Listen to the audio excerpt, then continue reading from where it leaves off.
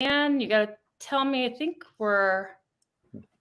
Sorry, hold on. Let's see. I think we're live, Robin. Yeah, we're totally live. Sorry. Hi, everybody. Welcome to the Saratoga podcast, and sorry for our late start today. Totally my fault, not Dan's. Apologies. A rarity that I didn't hold us up. Yeah, it's never a good sign when I'm podcasting from my living room because that means I haven't been able to make it the 3 minutes up to my office. So, yeah, running a little late. But it's been a wild, busy 24 hours with City Hall politics, which I know we want to get right into. And we're missing Adam today. Adam is still overseas in Poland. He'll be back, though, and we can't wait to be reunited. But Adam, we miss you. And in the meantime, Dan and I are here, and Michele Madigan is going to be joining us shortly. And we are going to recap last night's city council meeting, which was a lot. It was a lot. You were there in person, so you've got a better perspective than me. And also mention we're going to have a second guest on, right? Mike Brandy, the Republican chairman. Yes, because there's some breaking news you had mentioned to me. Yes, so we're going to have there's some breaking news that we want to bring, that we want to talk about as well. But before we do any of those things, I just want to address something because he is going to be one of the topics of conversation today, and that's Commissioner Dylan Moran. And last night I did go to the city council meeting and I made what was, a bit of a critical comment to the council during public comment about how Commissioner Moran went about selecting his attorney that he's using to represent himself because the city was subpoenaed in the spring for records pertaining to the on-call pay scandal. And as we've mentioned in our previous podcasts, Commissioner Moran hired a New York City-based attorney who charges over $1,000 an hour to represent their interests in responding to this subpoena. And so basically the crux of my public comment was the process that I was put through as a former public official when I was served a subpoena by the Attorney General's office, and how the city council at that time discussed it and, put all these stipulations in place in terms of how they would pay it, when they would pay it, what amount of money they would pay. And, it boiled down to they were going to cap the spending at $10,000. And that in contrast to the lack of procedure that was followed and the lack of transparency in terms of how this attorney for Commissioner Moran was hired, I just found to be incredibly hypocritical. And so I wanted to bring up the contrast in my public comment. Moving forward, as a result, I received some text messages from Commissioner Moran last night, who accused us, Dan, you and I, in this podcast of doing several things. One of which was perpetuating lies and defamatory content about him, not having any journalistic standards, so on and so forth. And so I just thought it was important for me to kind of bring this up because, as you may recall, we have had Commissioner Moran on this podcast on more than one occasion. We have always enjoyed a very positive relationship with him, especially when he started his first term. We were very complimentary towards him. We thought he was doing really great work. Everything was kosher. But over the last couple months, when we've been a bit more critical of him at the city council table, his position towards this podcast seems to have changed fairly dramatically. And I just want to, again, clarify that I have always told Commissioner Moran that he is welcome to come on this podcast at any time and talk about, whatever he would like to put out there. And if he feels that there are stories that are not factually correct that are being discussed on this podcast or publicized on this podcast, then he is always welcome to come on and put his truth out there. He's declined to do so at this time, which I think is a mistake, but, that's certainly his right. He also, accused us of kind of having a coordinated communication strategy when we put these podcasts together. We don't have anything coordinated. And so that's what I was going to say. I was going to say, Dan, how do we prepare for these podcasts? Well, we fly by the seat of our pants usually. We usually have about a 5-minute text thread that says, are we podcasting tomorrow? Yes or no? And then, do we have any guests coming on? And that is truly the extent of it.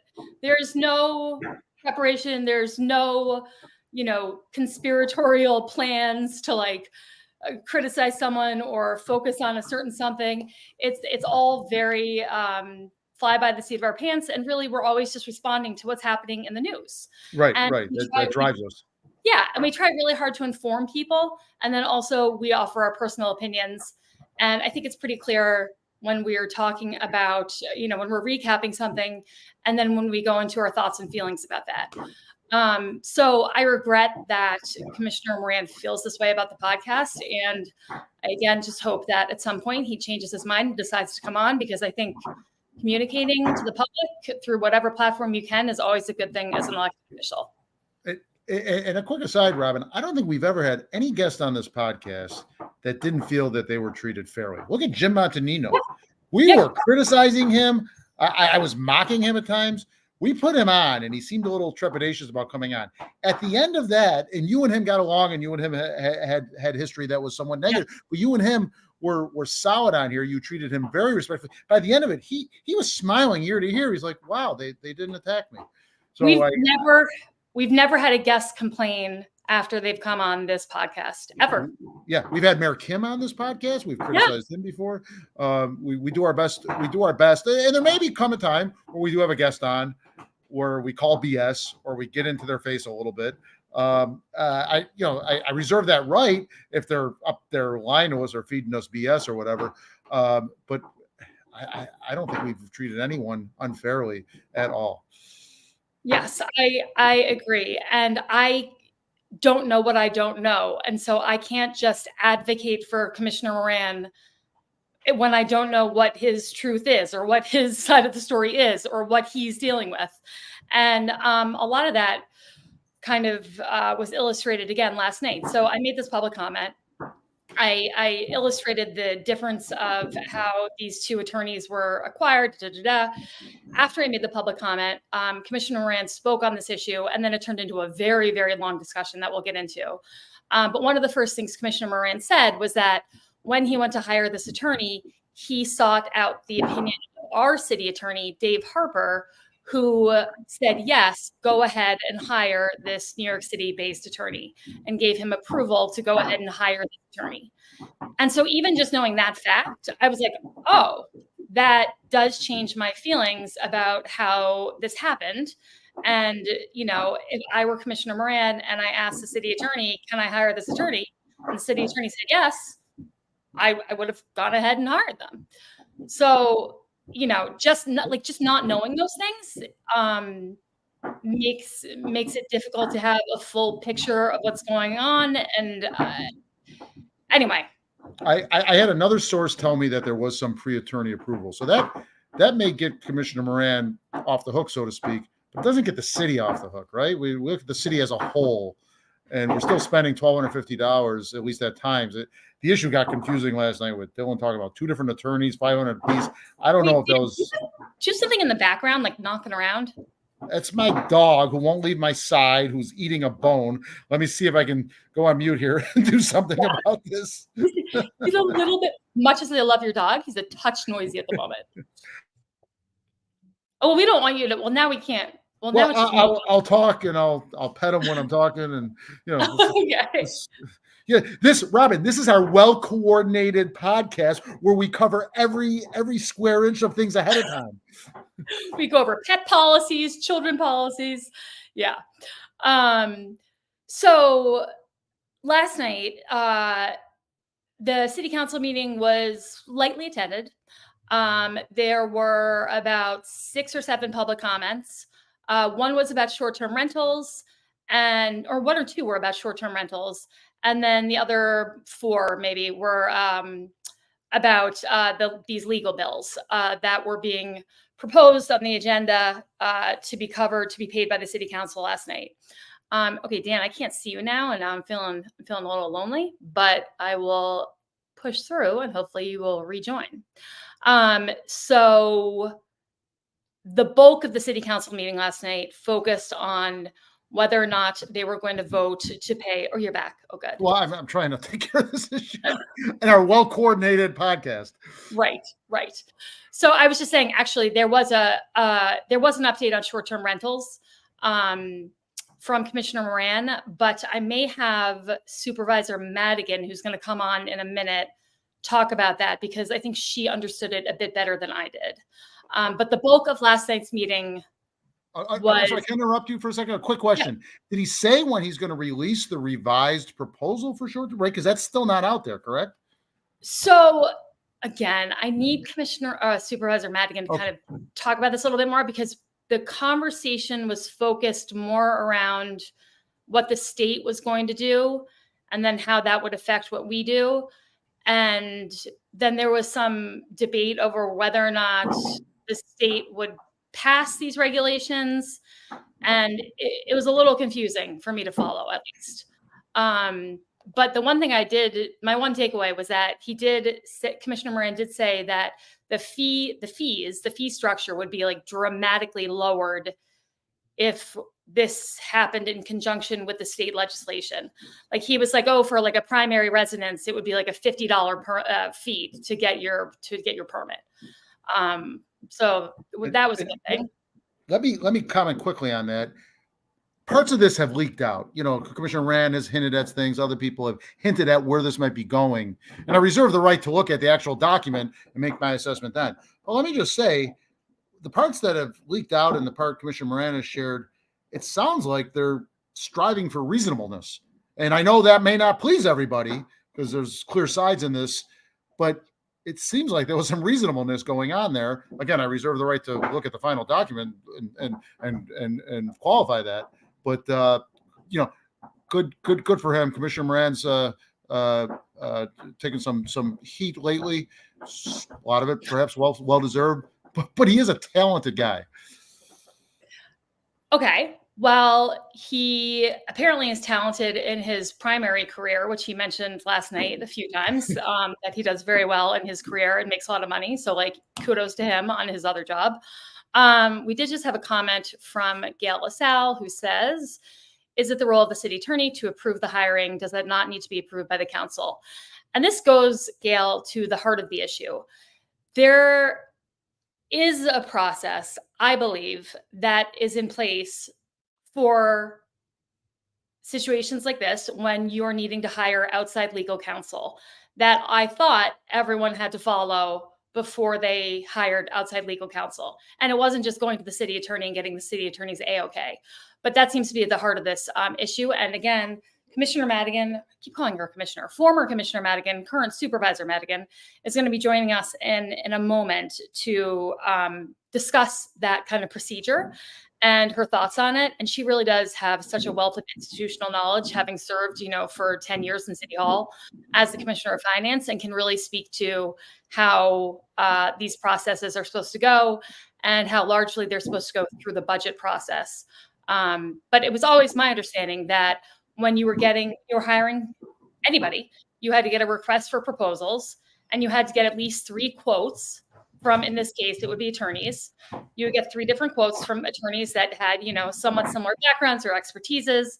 And then you could demonstrate that the person you were recommending the city hire, wasn't charging something unreasonable. It was in line with other attorneys of the same ilk. And you could just show that you'd done your due diligence to look around, and that this firm or this attorney was really, the right one to be hiring. And you could show all 3 bids.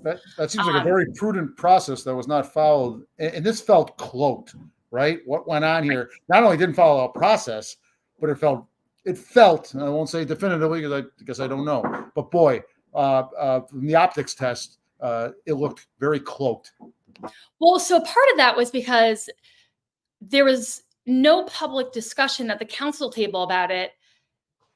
But at the meantime, Commissioner Moran and, the others who were responding to the subpoena were already incurring billable hours. So by the time it was brought to the public's attention, there's already been a $60,000 legal bill that's been incurred and needs to be paid. And it's like, wait, what? We didn't even know an attorney had been hired.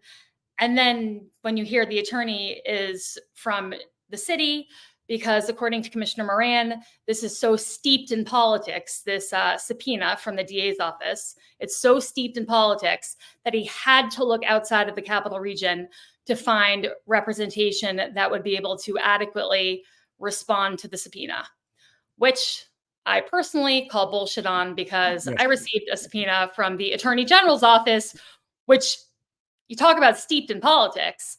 And I was able to find a extremely competent, fantastic local attorney, Mike McDermott, who charges $375 an hour or something thereabouts, which is basically kind of the market rate for attorneys in this area, versus, an $1,100 an hour rate, which Commissioner Moran's attorney. He is an incredibly respected attorney in the Capital District. Mike McDermott, yeah, he's fantastic. From Monet, I believe, right? Supervisor Madigan just joined us, so let's bring her in, okay? Hello, Supervisor. How are you? Hi, how are you? I was just finishing up putting my name in. Sorry, I didn't realize I was not quite in, but I'm here. No problem. Okay. No problem. Thank you so much for joining us, because we have lots of questions based on the very long and confusing discussion that was had at the city council last night that basically broke my brain personally. And it all centered around. It was a tough one. And it really all centered around the hiring of an attorney by Commissioner Moran, and the bill that was incurred by that attorney, and the lack of procedure that came before that hire was made.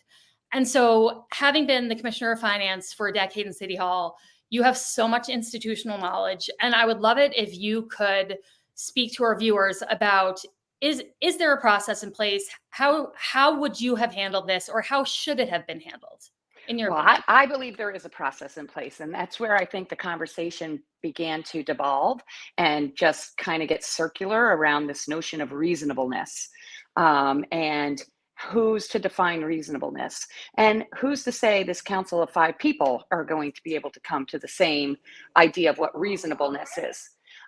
So one thing that was missing from the conversation last night was any notice or any discussion of what the city budget is, or how our city procurement process works.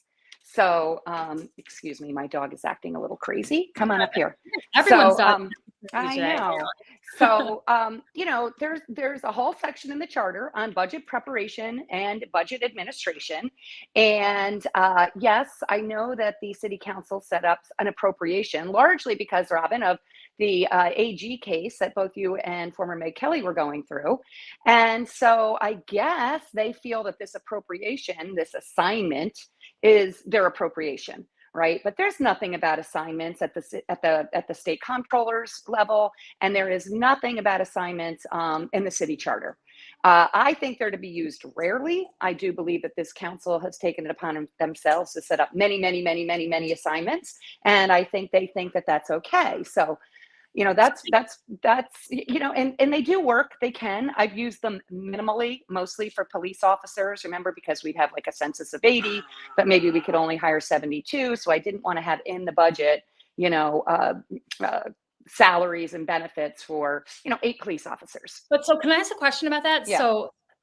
So say Commissioner Songby, they have this assignment, so this money put aside in a special assignment to cover unexpected legal bills. Yeah. But does that mean that they can just access that money at any time without having the council approve the hiring of whatever the outside counsel may be?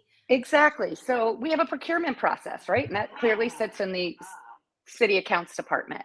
And especially when you're talking about this amount of money, and potentially now an ongoing investigation or who knows what, right? Remember, it's only an investigation.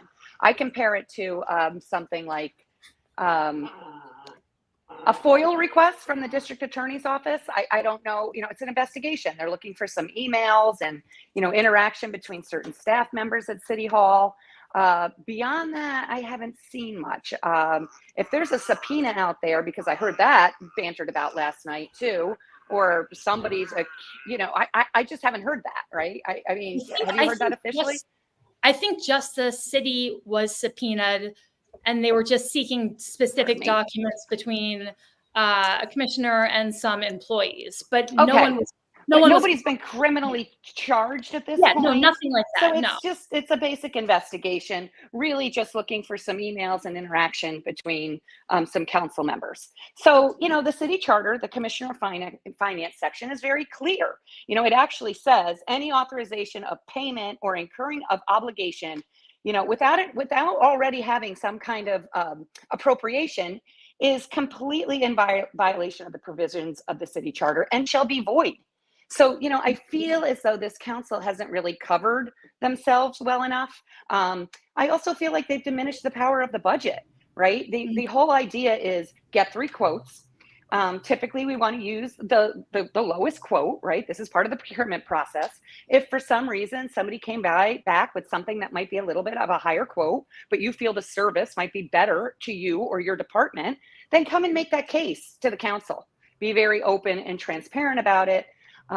Understand what the city taxpayers are going to be required, whether it's by per hour or with a cap, and then vote on it. Like, that's how you move forward on these things. Right. That's the procurement process. And then you make sure the money is in the budget, that it's been actually appropriated. Sitting outside of the budget is not an appropriation. And so that's what I really like. There's a process. This is why this hasn't happened before. We have a process. This is obvious. Can I interject? Can you guys hear me? I'm having all sorts. And this is an obvious question, but I just want to clarify. This is a written process, right? And it's clearly anyone can find it. Anyone can follow it. People are expected to follow it, right? Yes. We have a purchasing manual. We have a finance manual. These are updated regularly at city council meetings throughout the year. Typically, we like to do it once a year. The accounts department brings the purchasing manual. It's there for all council members to review. They should be reading it. I mean, they are on the city council. They should understand the charter inside out. They should understand their purchasing manual inside out. They should understand the city charter inside out. They should understand the comprehensive plan inside out. There are certain documents you need to understand to be representing your city or your county or your state or your country. And so I just was surprised by the lack of conversation about procurement and budget and appropriations and the proper way to go about doing it. And it got really caught up in this notion of what is reasonable.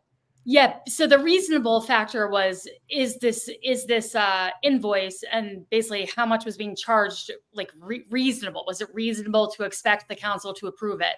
And they really got into the weeds talking about what was reasonable. And I will say Commissioner Golub was as aggressive as I've ever seen him at the city council table.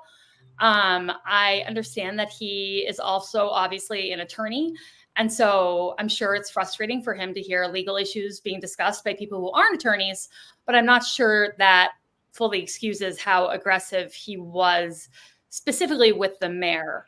But I also want to talk about one thing. He was borderline bullying, Robin. I just got to say that. He was borderline bullying, at least at one point, with the mayor, I thought. We have had plenty of lawyers on the city council. You don't have to be a lawyer to be on the city council.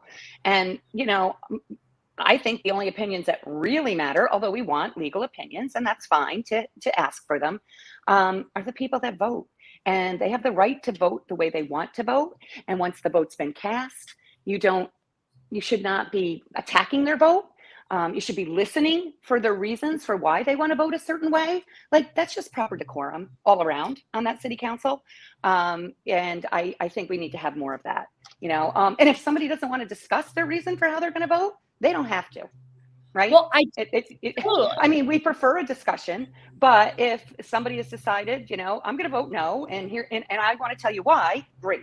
But if they don't want to tell you why, that's fine too. Maybe that doesn't look so great to the public, but you don't have the right to, I think it's you don't want to shut down another commissioner or the mayor, right? That's a tricky thing to get into. Well, and then all five are also equal. Disparage whatever their opinion may be as to why they're going to vote a certain way. Right. Because I think the thing that was not Commissioner Golub's greatest moment was that he told the mayor that the mayor's opinion really didn't matter to him at all. And he only wanted to hear from the city attorney. And at the end of the day, all 5 people on the city council are equal. They have equal votes, and everyone's opinion should be respected and heard. But that being said, we were lucky enough to have Vince Philinardis as the city attorney. He was great. he would come to the microphone all the time to explain legal issues, to answer any legal questions we had in a way that was, you could totally understand. Like, he put it into normal people words. He wouldn't use like lawyer speak. And I just found him to be such a tremendous resource. Last night, for the first time that I can remember, Dave Harper, who's the current city attorney, was at the meeting and was asked to speak. And I think that some of the responsibility for this conflict has to be placed on him, because it was extremely difficult for me to make sense of anything he was saying. But also, it appeared that in conversations he'd had with individual council members, he'd given one impression and the other another impression, and in some didn't give anyone definitive opinions or answers, like yes or no answers. Yeah. And I just think that made everything so much more challenging. One of the things I think they are suffering from is they need a full-time city attorney. I mean, we were very lucky to, yes, I think Vince was great. I also had the opportunity to serve with a Councillor Dorsey under Scott Johnson. He was also a fantastic city attorney. I just have to say that we had the benefit of a full-time city attorney who could really immerse themselves in this, and then some, full-time. I want to say Vince put 60, 70 hours a week into that job. And so he was always very well prepared. I do think it would serve the city well to have a full-time city attorney. I also just have to point out the irony, though, that it was just 1 or 2 city council meetings ago where the city's labor attorney had an opinion, and half the city council was like, we don't give a shit about that guy's opinion. We only care about what we think. His legal opinion is bullshit. We need to seek another one. Whereas last night, it was like, okay, we only care about what the city attorney thinks. And I'm like, this as veterans of the city council, I'm going to ask both of you. They kind of blindsided Dave Harper with, come up here and answer detailed questions. I guess that's happened before, but was that fair to him? Is that nature of the beast? It was totally fair. I think it's fair, but I think tone matters, and I think it turned into a little bit more of a debate between lawyers and not a debate between maybe a commissioner and a lawyer. I've served with plenty of lawyers on the city council too, and it's a specialized kind of law, which is why I do think, having a full-time city attorney who can really immerse themselves in all the various city issues that might come up, because they vary from department to department, would really benefit the city council. I can't say that Dave Harper, who is probably gracious enough to accept this position, as well as have to be in private practice, right, is fully versed on all of these issues that might come up. Right? I mean, they take time. You got to research them. You really got to look into them. He probably should have been asked to reach out to the comptroller and the AG in advance. Who knows? I am sure the comptroller has some guidelines as to reasonableness. So I did notice Commissioner Cole wanting to table the vote so that they could actually make that request. And I think that was a perfectly reasonable thing to ask for, because there was so much confusion at the table last night. And I don't think you're going to get those 5 individuals to come to any sort of an agreement on what reasonable is. The other thing that I picked up is, I think but most of the public right now, or people who are following this story, would say that this is an unreasonable amount of money to spend. It's not our money. It's not the city's council's money. It is the taxpayers' money. And that's how you always have to look at it. So I really do think in this instance, 3 quotes, yes, I think, anyone on the city council deserves good representation. But you can find that not at a rate of $1,250 an hour. And so go through the procurement process and use the power of the budget to be transparent about what you're doing. That's the process, and you won't have this conversation devolving into what is reasonableness. Yeah, I agree with so much of what you just said. I also have to get your opinion on whether or not you think this is so hyper political that it forced Commissioner Moran to look outside of the capital region to find adequate representation. I think he can find adequate representation within this large region. We have excellent law firms, some of which are New York City law firms that have an office up here that keep their rates lower because they know they're not, working in the city, paying city rents, paying whatever city commercial, there's all sorts of other fees that are going into using counselors from New York City. Yes, that's my personal opinion. If I were commissioner of finance, I really would have insisted on the procurement process, on an appropriation, on some transparency. Sure, he has the right to some representation. I mean, I'm still a little confused because this is just at the investigation stage. Right. Are we making a bigger issue of this than it needs to be? This may have gone nowhere. Right. Well, I mean, it may have gone nowhere. Right. The district attorney, the New York State trooper that's assigned with this investigation, and in the end may have said, okay, there's nothing here. well, So and yeah, the we're moving on. But I don't think we're at that stage now. Now we're into a whole other, like I said, I read you off a section of the charter. I think that this payment could be deemed void. The city council could easily go back and fix this through a procurement process and an appropriation in the budget and make it all legal.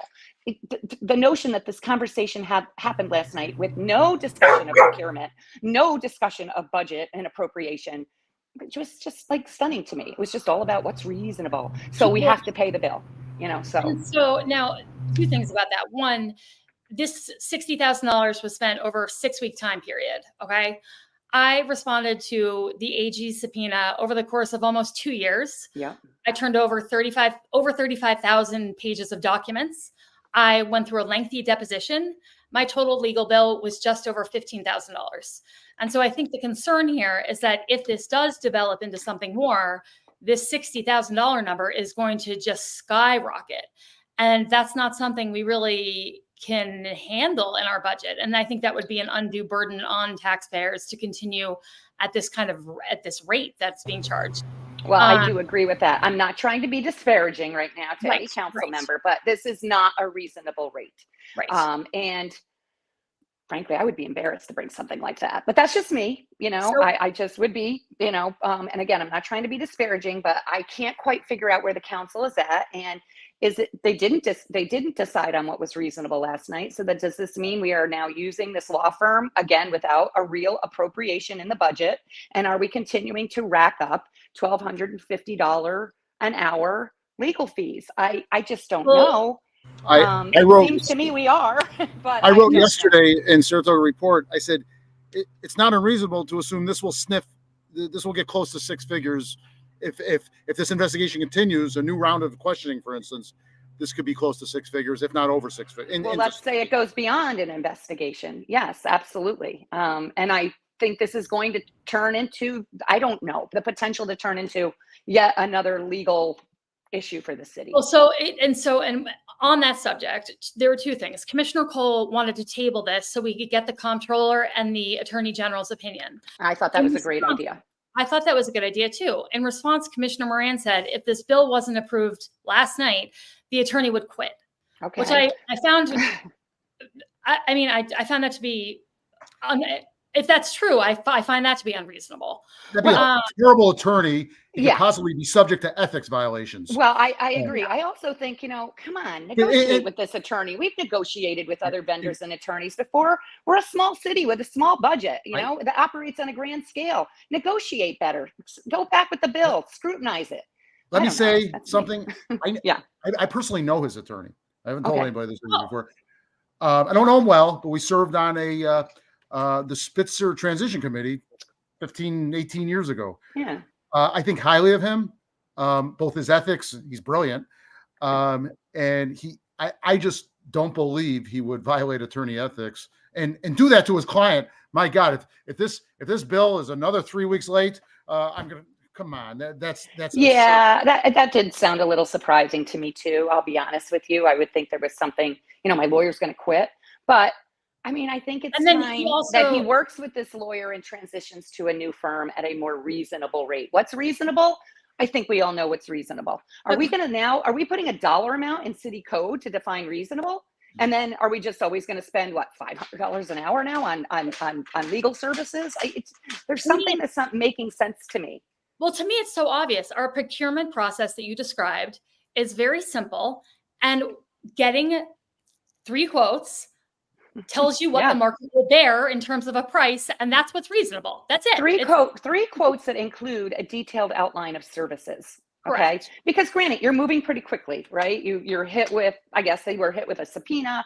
and it's an investigation, and maybe they felt they needed legal services. People want to work for the city of Saratoga Springs. Let me tell you, they do, right? So you could get 3 very competitive quotes, especially if you know you're going out to a quote process with detailed, line items of what the services are going to be that are being offered. And maybe you don't like the one that has the lowest quote, but you like the one with the medium quote. So you come to the council, you explain what's going on, you get your appropriation or you get your cap. And then if you have to come back, but the process exists to Commissioner protect the also taxpayers. did say last night, though, that if this wasn't approved last night, he was going to consider suing the city. Unfortunate language. Yeah, unfortunate. Yeah. So I don't think taxpayers want to hear that. You know what I mean? Or voters. Personally, I'm going to sue the city. I feel like we're back in kind of like the Mayor Kim hell days, where everything just became legal on top of legal. I'm going to sue you. I'm going to sue you. If you do that, I'm going to sue you. And it just reeks of dysfunction. And I don't think it's healthy or good for the city or the city council members. I don't think this is how things should be discussed with by legal threats. It's crazy. I know. It's there's some things you should try to temper, especially when you're sitting there at the table and, kind of all eyes are on you. Yeah. It does happen, it does happen. We say things that we wish we shouldn't have said, but seems to happen a little more often than not. But, does the city need to pay their bills? Yes, the city needs to pay their bills. We're a great city. We pay our bills. We should be happy to pay our bills. As Commissioner of Finance, I liked paying our bills on time, and I liked making sure that we were paying our bills, because that all plays into your bond rate. If you are a city that has a habit of not paying your bills, because that came up a lot, but this bill's not that late. The lawyer's not going to quit. However, we are in a situation of, are we still using this law firm because we haven't defined reasonableness? Well, what has happened to our procurement process? Are we in a situation now that city council members just get to pick and choose whoever they want to work with? Because I can't tell. Are we doing RFPs? Are we getting bids? Are we following our procurement process? So the other city employees, can they just go out and find their own attorneys? We have a couple. Well, first of all, I would have been so freaked out incurring a $60,000 legal bill, not knowing if it was going to be covered by the city or not. That to me is a terrifying prospect. There's no way I could personally cover it. And so just being that irresponsible and spending the money before you have the approval is ass backwards. I think it's one of the reasons it's just not allowed. This is part of transparency. You do not go out and incur something against the city budget. It's a violation. It can void the payment. It's right there in the city charter. It's right there. That alone, what they did last night, could void it. Now, granted, they had their 3 votes, but what is an assignment? An assignment is not a real thing. A reserve is a real thing. They should be used judiciously, these things called assignments. And, I don't know. They seem to have a lot of them. So essentially what happened was that there were 3 votes on this. It's just the technicalities required 3 votes. And Commissioner Songby, Commissioner Golub, and Commissioner Moran all voted yes. Mayor Safford and Commissioner Cole voted no. I found it very strange that Commissioner Moran was voting on this in general, because I mean, first of all, the accounts department is in charge of these procurement processes. And so I feel like should have stepped back from this vote, because I feel like the conflict of interest, he's voting on his own bill. It seems like there's a bit of a conflict of interest there. But that is how it passed. But I'm hoping that doesn't just shut the door on this. It does seem like there is an extraordinarily important and urgent need to figure out what the process is, and whatever they have to do, put new legislation, new city code together, new language together. Do it fast. Call a special city council meeting, because Dan, as you just said, this has the potential to really balloon. Yeah, because there was no indication last night, because nothing was defined, that we were not continuing at this hourly rate. We have a couple comments here I just wanted to throw up. One is from Dina Drake, and she says, it appears the day of the in-person meeting was May 22nd. Traveling to New York City to save the city money doesn't make sense when that meeting was a $10,000 meeting based on billing, if I'm reading that correctly. That is a lot of money. Gail says, didn't Villain vote no on another presentation of a bill because they hadn't followed the proper procurement process? Yes. As I recall, yes. Commissioner Cole's bill. Yes. And then Dina also said yes. So that was the cost of one meeting, which is, so again, that cost of one meeting was almost the cost of my entire year-and-a-half long representation with the AG. Like this is. I'm not laughing. I think that you took a lot of grief. That you took a lot of grief over. No shit. One thing Commissioner Frank, when he ran for office, his tagline was, "It's your money, it's your money."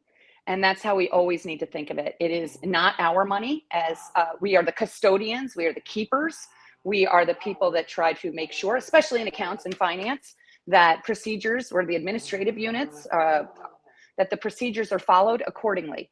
And I just didn't really see that last night. And I guess it's because this assignment exists, Robin, because, the AG did an investigation and they didn't know where your legal bills were going. Because, yes, there was a lot of nonsense at the table about your legal bills and former Maid Kelly.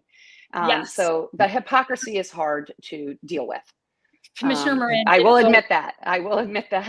That's difficult to deal with, especially when you were very upfront and transparent about it. Yeah. The fact that this is a criminal investigation potentially makes us very different as far as defense Yes, it does. goes. And I'm sure Mike Brandy will have something to say about that. Yes. I think he knows a little bit about that. So I really just wanted to come on and just say that I believe the city has a process, and when it's followed, we don't devolve into sort of these circular twisting ourselves into a pretzel conversations that took place last night. I tried to actually message that to the city council too, because it became very frustrating to hear, no conversation about procurement of the budget. So I'll leave it at that. Supervisor Madigan, we thank you so much for joining us. Thank you for giving all of your insight and knowledge on this. It has been very helpful. Yes. And I hope we can have you back on soon. Yeah. Great. I'd love to come on and talk about my campaign for running for Saratoga County Treasurer at some point with the group. And before you go, let me say, Supervisor, I also want to call you Commissioner. There's times when I like you and there's times when I don't like you. But I love the fact that you are on here and you're not giving the company line. You're not waffling. You're not saying, oh, possibly. You're saying it. You're calling it as you see it. Good for you. She knows her shit. Running a city is not easy, but we're a great city and you got to run it and you got to make decisions and you got to be transparent about it. And that's my take on running a city, running a county, et cetera, et cetera. Well, thank you, ma'am. We will have you back soon. Okay. Thank you. Bye. Bye. So I want to bring in our next guest because Dan, there is some breaking news as far as from what you told me. Yes.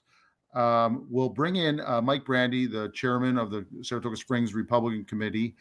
And this morning, and I don't want to steal too much of his thunder here, but I want to maybe tee it up for him. He filed a lawsuit this morning, which is pretty impressive just based on timing and everything. Mike, I'm going to leave it to you to this has broken. You did put out a press release. I shared on Saratoga Report. Other media have it as well, so it's not completely hidden. But I still, for people on here, maybe it's the first time they're hearing this. Could you tell what you filed this morning? Certainly. So yeah, it was a late night. It gave me flashbacks to being a young associate. We're burning the midnight oil to get some last minute papers filed. So it was a late night last night. Getting some research done and putting some papers together. But we were able to file this morning about 10 o'clock. What we filed is known as an Article 78, which is basically a general proceeding that you can use to challenge a municipal act. And so we did that filing, and we're asking the court to step in and maintain the status quo. Stop any payments until the court can look at this and say, was this done right? Is this a permissible payment that we can make? And again, just maybe, a few hours of research, we found a number of issues. And a number of these issues we were aware of prior to the meeting. And I actually prepared a solid 3-page legal memo that I sent to all the council members, their deputies, and the city attorneys, which detailed some serious concerns over whether this was constitutional to make this payment.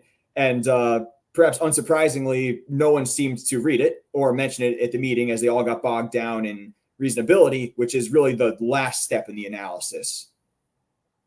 So let me ask you a question. You're the one. It's in your name that you're filing because you're an attorney. Yes, I'm the petitioner. Your name, right? Okay. Robin, go ahead.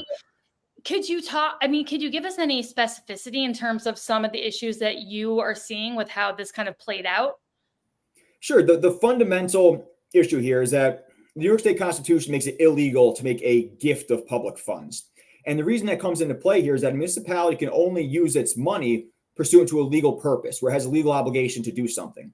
So there's a lot of Attorney General's office opinions on these things, because very frequently a municipal attorney looks at this, has a request for indemnity, and says, oh crap, this is confusing. Let me get some help from the Attorney General's office or the comptroller. So they'll send a request to the Attorney General, and the Attorney General's office will issue an opinion. Here's the answer, right? They'll lay it right out for them.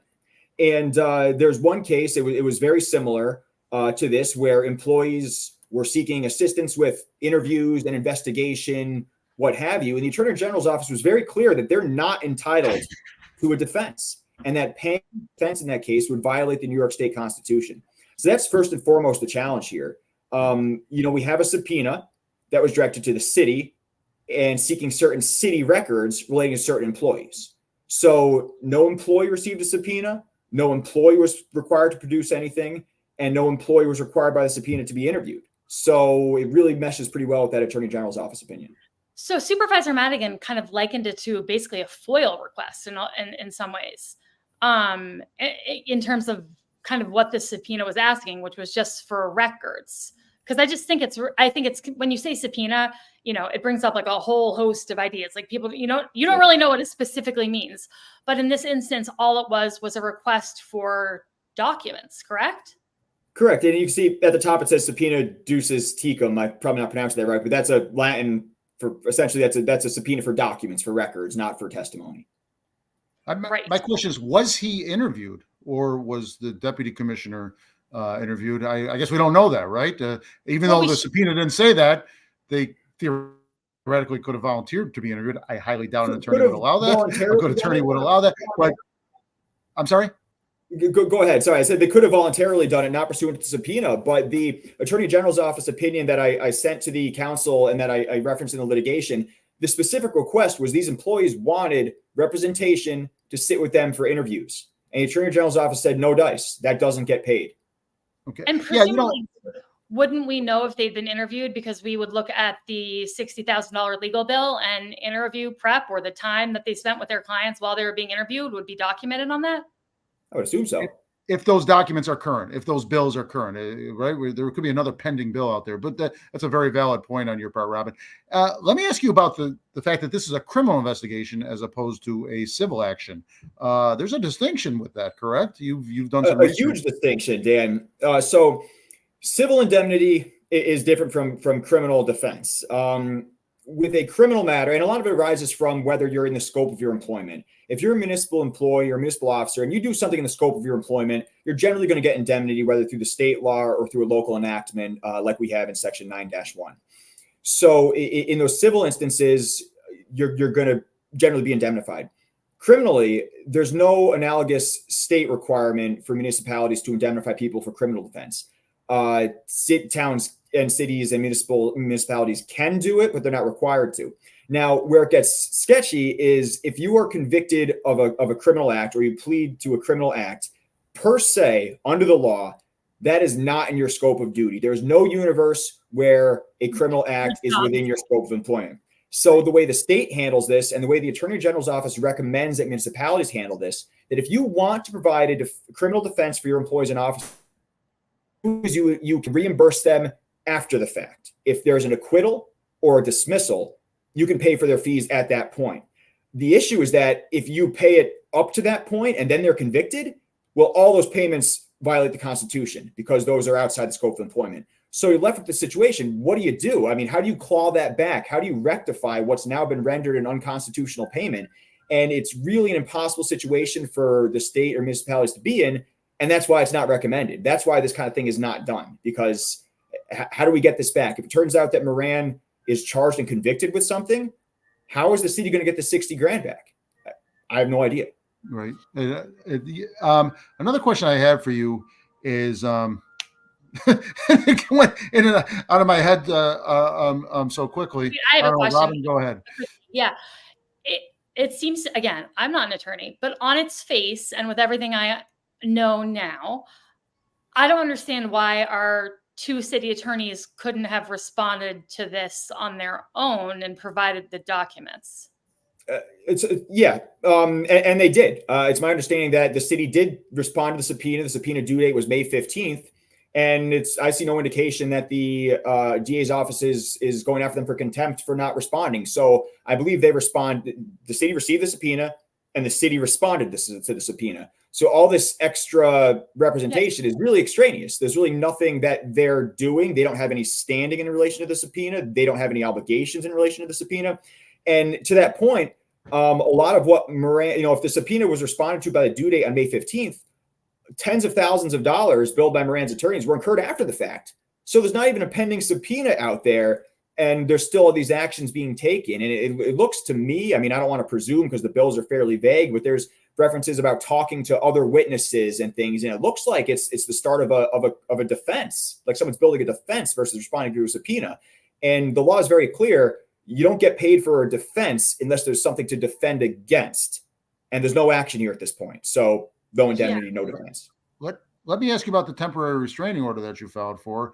Obviously, if Commissioner Sungvi paid this at 9 o'clock this morning or whatever, your lawsuit, it would be tough to get, not impossible, but it'd be tough to get money back if the law firm cashed a check and spent the money, right? So you have a temporary restraining order as part of your filing to ask the judge to stop payment. Is that correct? Correct. And basically what we're doing with the temporary restraining order is asking the judge to preserve the status quo, right? Because it's irreparable harm to the taxpayer if we write the $60,000 check and we can't get it back, or we have to sue Dylan Moran to get it back, or sue his attorney. That's a mess, right? That creates an absolute mess.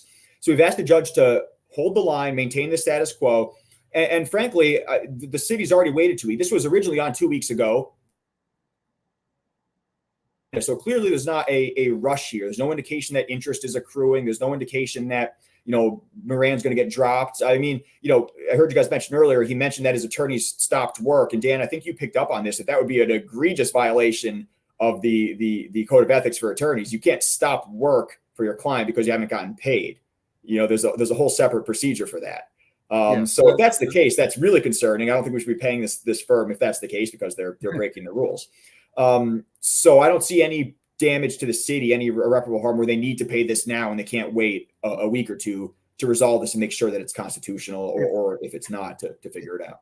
If my memory on obtaining a temporary restraining order is you have to show likelihood of success, is that correct? Or does my memory serve me that it's not I think you're right. Yeah, right. Irreparable harm, likelihood of success on the merits. I think those are the two standards. And I think we have shown likelihood of success on the merits. I think flatly, there's Section 9-1 has two requirements. There's got to be an action and there's got to be an allegation. We don't have an action and we don't have any allegations at this point. So without both of those requirements, there's no indemnity. So right there's no obligation to make the payment. It's over. We make further arguments that Moran. Go ahead. Oh, sorry. No, continue. Sorry. Finish your answer. Sorry. We also argue that Moran had impermissible conflict of interest here. And I think he really exposed this himself. He referenced that if this doesn't pass, he's going to sue the city in Article 78. So right there, there's your conflict. If you're going to sue the city if this doesn't pass because you have a personal interest in it, a personal financial interest, well, right there, that's prohibited under General Municipal Law 18 and Chapter 13 of the City Code. So that alone. And then he said something about how he makes a lot of money, but his life is going to be, he's not going to let his life be ruined by this action. So right there, he's talking about his personal financial interest in getting this defense. So both of those instances we included in the lawsuit are glaring examples that there was a conflict of interest here. He should have not just abstained, but recused himself from the discussion and the vote. Instead, he was the prime mover here. Him and Jason Gold, Manita said her share as well, but he was the prime mover behind this motion. Is there any, because I'm the only non-lawyer in the group now, so this might be a stupid question, but is the lawsuit that you just filed, could that prompt Commissioner Moran to file some kind of lawsuit against you? Like, is this going to be like a flurry of lawsuits now? Unfortunately, as the government, I've been on that side of representing municipalities. You sometimes just got to sit there and take it. And Article 78 is built to allow citizens to challenge acts of their governments. General Municipal Law 51 specifically allows taxpayers to challenge expenditures for waste. So if you're the government, this is America, this is a democracy, you have that burden. Just like with FOIL and transparency, sorry, it's coming out. Like the public's got some advantage here. So no, there's really nothing that I don't see any exposure to myself over filing an Article 78 here. And you touched on it. You don't think standing is going to be an issue either, right? Because you're a citizen and it's your taxpayer dollars and so forth. Correct. Yeah, of course, with Article 78, you always look at standing, and there's common law taxpayer standing, and there's also taxpayer standing under General Municipal Law 51, which creates that taxpayer cause of action. Because I've had actions before that I've been involved with, and we didn't even get to the merits. We lost on standing, and it didn't make sense. So this is going to be interesting. The city's going to have to defend this, right? They've been served already, I take it. We are still waiting on the order to show cause to be signed by the judge, which will direct service. We have put the city on notice. We've given them the index number, so they have the documents, and they know this is out there. I think the Democratic committee just posted about it. I got a chuckle out of that. So I have to say, this whole situation makes me very sad, right? Because this is not how I want our city to be functioning. I don't like lawsuits. I don't think they're good for taxpayers. I don't think they're good for anybody. We want to be focusing on the business of the city and, true public service. And this all distracts from that. And so I think it sucks in general. But that being said, I have to say, you are the chair of the Republican Party. And I personally miss the Republican Party that used to be minding the money, because nationally, I don't believe we have that anymore. And so I appreciate that you're taking this step to mind the taxpayers' money and make sure it's not being spent in a wasteful or potentially illegal manner. And so I appreciate it. I do. Sure. No, I appreciate your words there. And I do, this isn't something to take lightly. I mean, anytime you're going to court, it takes time, it takes money, it takes resources. And as an attorney, I mean, I live around litigation. It's not, as intimidating or scary to me, but it is a big deal. And, certainly not something we take lightly. And I did everything I could to avoid this. Prior to the last meeting, when this was on in June, I sent a letter to the council and I said, wave the red flag. This is an issue. You guys have issues with this. No one addressed it. Before this meeting, I sent the same letter again, a different version. No one addressed it. So you know what? What am I going to do? I tried. I think they seem to have, some of the city council members just seem to have a very complex relationship with taking attorney advice or legal advice in general. They really pick and choose when to invoke it or when to ignore it.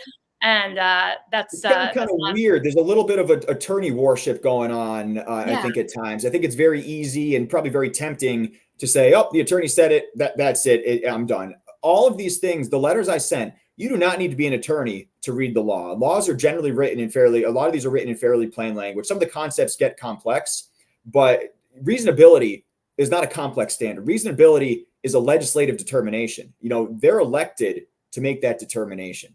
So we don't need delineated standards for every single thing these people are going to do. They have discretion as legislators, and sometimes it's going to be difficult, and no one's going to write you an opinion that's going to give you the easy answer. And it's unfortunate. I mean, I do think the city attorney's office, needs to do their job a little more. It sounded like last night their recommendation was to go to the comptroller. But it was like pulling teeth to get them to say that and acknowledge it. And I think created a lot of confusion on the part of the council. I suppose going to outside counsel, because you can get it quicker. The outside counsel is not, presumably not affected by politics. Get our own attorney to come up with an objective, fact-based, law-based answer, and then follow it, right? It's a two-part process. You got to obtain it and follow it. And that might cost us, I don't know, $2,000, $3,000. Whatever. It's pennies on the dollar compared to what we're looking at paying. And this issue does not go away. This issue keeps coming up, and it's just going to be a constant issue. Let's settle it the right way rather than the political way. And I just want to reiterate Supervisor Madigan's, who just comments again, she wants to reiterate and make clear that there are policies and procedures that make this simple and fair. Also, you, Mike, have expressed, and our city attorney expressed, that the comptroller and the AG will give opinions on this for guidance, so that we don't end up doing the wrong thing. And so I don't know why we wouldn't have sought those out before taking a vote. And, Commissioner Moran pressuring everyone to do it last night because, allegedly the lawyer was going to walk. I mean, this all just seems ass backwards to me. just all, I mean, that's my legal terminology. It seems out of bounds. Sometimes it's the most effective way to communicate with it some applies. things. Right. So what Michelle's touching on there is essentially, and it is a point we raised in the litigation as well, is you have certain requirements as a municipality to spend money responsibly and make sure you're getting a good deal. And retention of attorney services is governed by 104B of the general municipal law, which basically says you gotta adopt procedures and you gotta follow them. And we allege that the city didn't follow them here. This was, Moran alleged that he spoke to some people that refused to accept the representation. The time will tell if that's true or not. But the bottom line is that the process is built to avoid this sort of thing. And I don't think the process was followed here. So we raised that as well. Because law firms are in the habit of refusing business. No, we don't want your money. Yeah, right. All this conversation about legal bills just makes me want to kill myself that I'm not an attorney in billable hours. I'm a great talker. I could rack up billable hours like nobody's business. Man, different career choices should have been made. Yeah, right. Anyway, Mike, we really appreciate you coming on and explaining this to us and explaining your actions. And please keep us posted. We will keep our viewers posted on how this continues to transpire and play out. But in the meantime, I hope you were able to relax and have a wonderful 4th of July and turn off the computer. The last thing standing between me and a nice afternoon nap. Like I said, 4 or 5 hours of sleep from last night, up early to get this thing done and filed. But always feels good to get it filed and off to court. I can imagine. Well, thank you so much for joining us. We really appreciate it. Of course, guys, anytime. Have a good 4th. Thank you. You too. Bye-bye. Dan the man, my computer's about to die. And I know you said you had to be off by 1 and it's 1:12. Yes. No cheers. No cheers. There was a lot we just covered a lot in that conversation. And I hope our viewers were able to follow because I know there's some complexities around this issue that if you haven't been following it might be confusing, but it's an important one. It really dominated the entire meeting last night. Nothing really of significance that I can recall, although I was a little brain dead after listening to the conversation about the legal bills. I'm happy, except for the fact that for this entire meeting, the background to this entire meeting was Saratoga BLM and the Capital District DSA having a massive rally on the steps of City Hall. All of a sudden, I was like, what am I hearing? And then I was like, oh my. So that was just another kind of like elements that I wanted to bring up, that the Capital District DSA, which is the Democratic Socialists of America, decided to hold an event for Saratoga BLM to say hands off BLM, stop harassing BLM. And so they had a rally and a march and it was just completely outside. What's that? It was completely outside.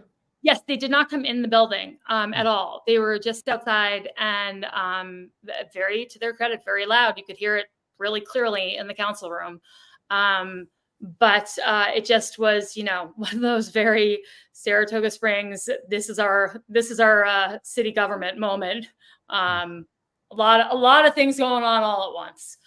But we will keep everyone posted on how this plays out. And hopefully it will play out in the best interest of Saratogians.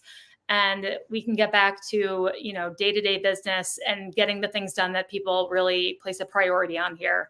And stop with the legal maneuvering and bullshit, Yeah. Robin, we talked about this briefly. We may not be on next week, folks. There's no city council meeting. If there's crazy breaking news, we may join, but yes, for the summer, we're not going to be on next week. Correct. For the summer, we may be going to, I was going to talk about this with you and Adam, but since we, in all of our planning, we may be going to every other week, perhaps, just to do city council recaps until we get back into the fall. I know Dan is super busy during the summers with all the coverage you do with racing, et cetera. I've got 4 kids who are home, which makes me little busy. So we will let you all know what the schedule is going to be. But if breaking news happens, if there's important stuff that comes up, we will make sure to get on it and podcast and get it out to our viewers. Excellent. Cool. Folks, thanks for watching. And you can follow us on all the social media channels, subscribe on YouTube. You'll get a notification when we go live, or you can watch it after the fact on any of your favorite podcast platforms, Apple, Spotify, you name it, we're there. Thank you, Dan. You rock. I will see you soon, sir. Thanks, Robin. Take care, folks.